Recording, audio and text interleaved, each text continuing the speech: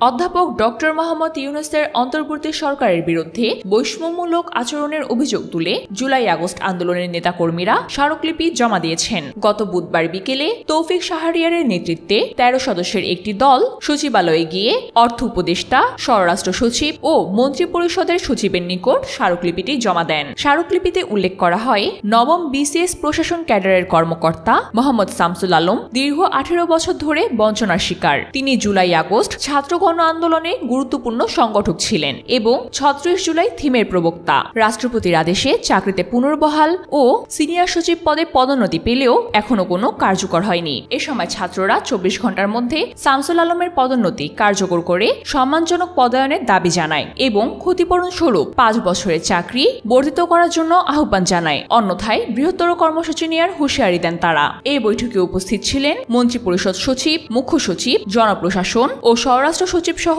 বিভিন্ন পদস্থ কর্মকর্তারা। সেখানে দুর্নীতি দমন কমিশনের চেয়ারম্যান ডক্টর আব্দুল মোমেন ছাত্রদের সঙ্গে তর্কে জড়িয়ে পড়েন এবং এক পর্যায়ে স্থানত্যাগ করেন।